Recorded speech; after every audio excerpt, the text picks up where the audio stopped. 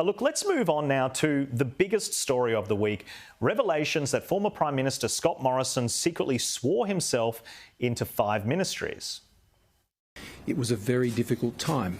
It was a very unusual time.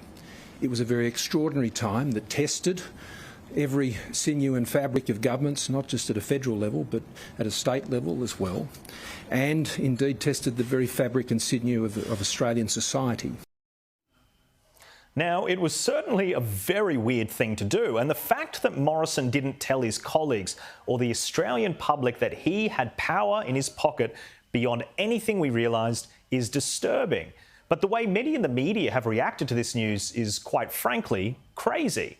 Morrison has been compared to dictators, despots, and one commentator, Caro, even published this conspiracy theory that it was a secret religious clutch for power. She wrote on Twitter, "I keep wondering if he saw the pandemic as sent by his God to aid him and the other Pentecostals to consolidate their hold on power. I sincerely hope I am wrong." Well, this pandemic, all Australian governments are guilty of absurd overreaches in power. And to me, this is one of the lesser examples when compared to the fact that we were all told we couldn't leave our homes. Think about that for a second. States were effectively turned into separate countries. Sick children were stopped from crossing borders into Queensland. State governments commissioned secret polling to guide their health response in the lead up to elections, and your right to move freely in our society evaporated. It was journalists who advocated for much of that authoritarian overreach, and it was journalists who attacked anyone who disagreed. In that broader context, I find the collective outrage against Morrison hypocritical and dishonest. Sophie, keen to hear your thoughts on this. I find the whole thing bewildering. I think it really, what it sums up is Scott Morrison has a massive issue with communication. Do you think he is Vladimir Putin? Do you think he is this despot, a crackpot dictator?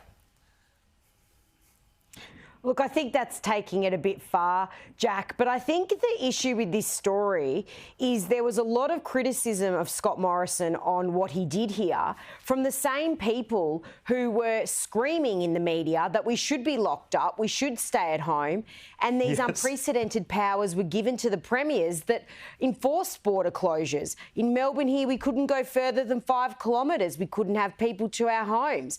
But they seem outraged by the fact that he appointed himself into these ministerial roles. The issue I have with the story, Jack, and this is where I think the Canberra bubble can sometimes get caught up in itself, is the secrecy behind it.